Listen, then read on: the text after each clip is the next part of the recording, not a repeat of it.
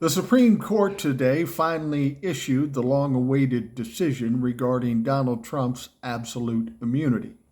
And when I say decision, I put that in quotation marks because they didn't really make a full decision. They kind of punted like a lot of people expected. The decision they came down with said, well, presidents are immune from official acts, but not unofficial acts.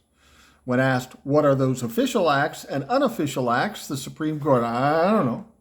And they did what a lot of people suggested, send it back to the lower court, send it back to Judge Chutkan. So now what happens? Judge Chutkan goes through this whole morass of bullshit, and she could make it difficult on Donald Trump and his legal team, saying, bring all your motherfucking evidence, we're going to go through it one by one.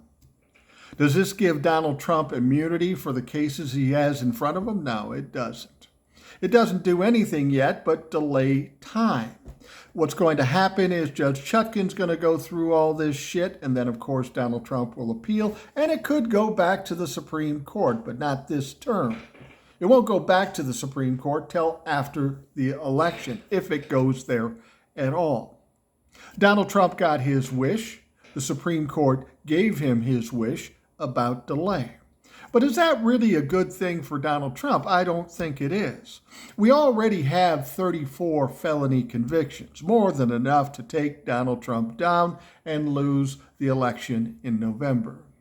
Once he gets past the election and these cases finally go to trial, and they will, he'll be vulnerable. He will have no protection from being a candidate or a president, and the support he will have will go away after he gets destroyed in November.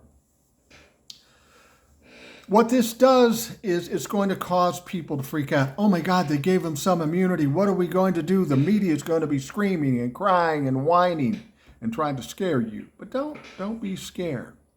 This is going to have a blowback similar to the Dobbs case, the overturning of Roe v. Wade. That caused a lot of fear and anger and outrage in a lot of people, most of this country. And that in itself is going to kill Donald Trump's chances of winning the election in November. Now you pile this on top of it just 5 months before the election. Oh, the blowback's going to be big. People are going to be angry about it, not because he got immunity, but because the Supreme Court specifically did this to help Donald Trump.